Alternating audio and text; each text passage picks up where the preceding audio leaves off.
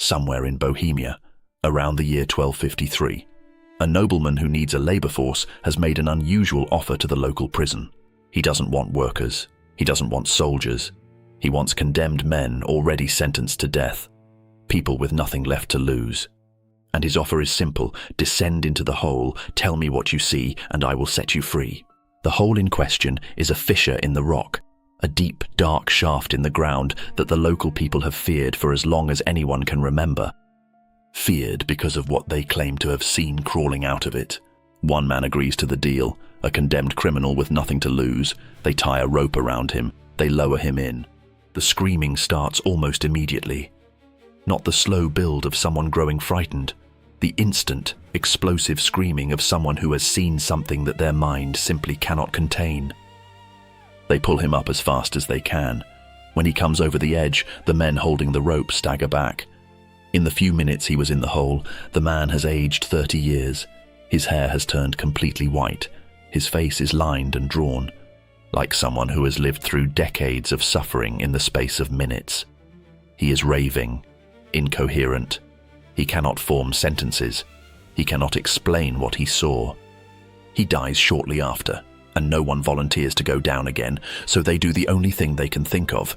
They build a castle on top of the hole, and they bury it.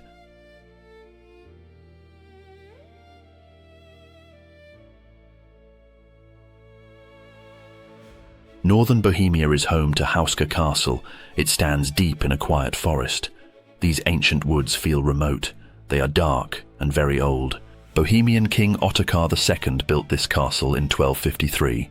It is a small and simple stone building. It looks quite normal from the outside. But there are many questions. The first mystery is the lack of water. Most castles have a well or a spring. Houska has neither. It was not built for a siege. Second question, where is the kitchen? Houska was built without a kitchen. No facilities for cooking or feeding a garrison. If you're building a military fortification or a residence, you feed the people in it. Houska wasn't designed for that. Third question, and this is the one that really gets people. Why are the fortifications facing the wrong way? In a standard castle, your defensive walls and arrow slits face outward, toward any approaching enemy. At Houska, the arrow slits and defensive features on one side of the castle face inward. They point toward the inside of the castle, as if whatever the builders were worried about wasn't approaching from outside. They were worried about something, trying to get out. The accepted explanation was that it was an administrative center, but that doesn't explain the arrow slits, and it doesn't explain the chapel. Every Christian chapel in medieval Europe was built facing east, toward Jerusalem, toward the rising sun. This was not a preference or a stylistic choice. It was a doctrinal requirement, so fundamental that deviating from it required specific permission. The chapel at Houska Castle faces west. In medieval Christian symbolism, west was the direction of darkness, of death, of the setting sun. Building a chapel facing west was associated with the demonic. It was, to put it plainly, building a church backwards, as if the chapel had been designed not to sanctify the space, but to push something down, to assert spiritual authority over what lay beneath it. Because the chapel, and this is the part that makes everything else click into place, is built directly over the pit. The floor sits over the fissure in the rock. Whoever built this place decided that a Christian chapel was the appropriate response. Not a sealed stone floor, not a locked vault, a church. And then there are the paintings. The chapel contains Romanesque frescoes that date to the castle's construction. They are, to put it diplomatically, unusual. One painting depicts a centaur firing an arrow, standard enough for medieval art, which often incorporated pagan imagery, except that this centaur is firing with its left hand.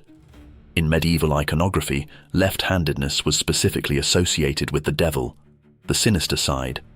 To depict a figure acting with the left hand was to mark that figure as evil, as demonic. This was not an accident. This was a deliberate choice. Another fresco shows a woman, partially clothed, writhing, being pulled downward, or emerging from something below. The image is deeply uncomfortable in the context of a 13th century chapel. And there is a creature, large, frog-like, dark, painted in a corner. This is here. This is what we are containing. Whoever built this chapel knew exactly what they were doing. They were not decorating a house of God. They were building a seal. Let's talk about the pit itself. The legends around it are extraordinary, but there are also documented elements that are harder to dismiss. The stone fissure is real. It has been measured and explored. It is deep and dark. Old stories say that creatures came from the pit. They were described as half animal and half human. A giant black frog was repeatedly mentioned in early accounts. A dark dog-sized creature was also seen near the entrance to the pit. The most disturbing account describes a young woman who appeared at the edge of the pit. She called up to people on the surface, asking to be helped out.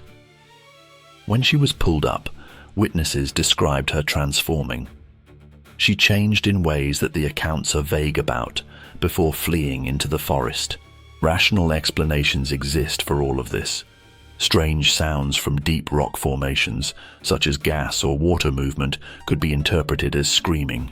Animals glimpsed at dusk near the pit entrance could become monsters in the retelling. But what is harder to explain is the architecture of the castle. The inverted arrow slits and the chapel built over a specific point in the ground are hard to explain. Someone clearly knew something about this pit. Whatever they were afraid of, they chose to trap it rather than flee. 600 years after the castle was built to seal a pit in the ground, another group of people came to Houska with a very different agenda. In 1939, Nazi Germany occupied Czechoslovakia, and among the various purposes to which the occupiers put the country's buildings, Houska Castle attracted specific attention. The SS had within its organizational structure a unit dedicated to the occult. Heinrich Himmler, head of the SS, was deeply and seriously interested in the supernatural. He believed that the Germanic peoples had access to ancient mystical power, and that recovering and weaponizing that power was part of the Nazi project. The organization dedicated to this work was called the unanswered, literally ancestral heritage. It employed historians, archaeologists, and occultists. Houska Castle, with its documented legends, its unusual architecture, and its pit, was exactly the kind of place that interested the unanswered. The Nazis occupied the castle until the very end of the war in 1945. What they were doing there in detail remains unclear. The records were reportedly destroyed. But local testimony describes strange activity lights in the castle at unusual hours, people seen entering and not emerging, and equipment being transported in. What is documented is what happened in the final days of the occupation. As Soviet forces closed in, the retreating SS garrison executed prisoners in the castle grounds. When the Soviets arrived and the castle was liberated, a mass grave was found. The bodies were of people who had been shot at close range. To this day, the full records of the occupation, what they were researching, what they found regarding the pit, have not been made fully public. Some believe they were destroyed entirely. What we know is this: the Nazis specifically chose Houska Castle. They stayed for 6 years, and whatever they were looking for, they apparently never found it, or at least they never left with it. Houska Castle today is a functioning historical site open to visitors with guided tours and a small museum. It has not been dramatically restored, which means much of the original medieval fabric is intact. The chapel with its unsettling frescoes, the anomalous arrow slits, the floor under which the pit lies. Paranormal investigators have visited the castle extensively over the decades. The reports are remarkably consistent. Equipment malfunctions are common specifically in the chapel area, but it is the physical sensations that stay with people. People report physical sensations, pressure on the chest, and difficulty breathing. A feeling of being watched from below rather than from around. There is the smell of something organic that has no visible source. A quality that has existed since long before the castle was built. Locals in the village report even today a reluctance to be near the castle grounds after dark. Not a fear of crime, but something more instinctive. The black horse is still reported. A headless figure seen galloping around the castle perimeter at night, then vanishing. This is one of the oldest recurring legends at Houska, documented in accounts spanning centuries and still reported by visitors today. And the pit is still there, beneath the chapel floor, sealed by 800 years of stone and prayer. The Bohemian king who ordered the castle built apparently believed that was enough. The medieval church believed it too. Whether they were right is a question that the castle has been refusing to answer for 8 centuries. Most castles were built to keep people out, to resist armies, to protect wealth, to project power across a landscape. Houska Castle was built to keep something in. No kitchen, no water, no outward fortifications, just walls around a hole in the ground. A chapel facing the wrong direction, and a set of paintings that tell you exactly what the builders thought they were dealing with. Whether you believe the legends or not, the architecture is real. The inverted arrow slits are real. The west-facing chapel is real. The left-handed archer in the fresco is real. The Nazis really did occupy this castle for 6 years and really did kill people here on their way out. Houska Castle is one of those places where the documented facts are strange enough that you do not need to embellish them. The building itself is the argument. Someone built this with this specific design over this specific point in the ground, and they used every tool available to make sure whatever was down there stayed down there.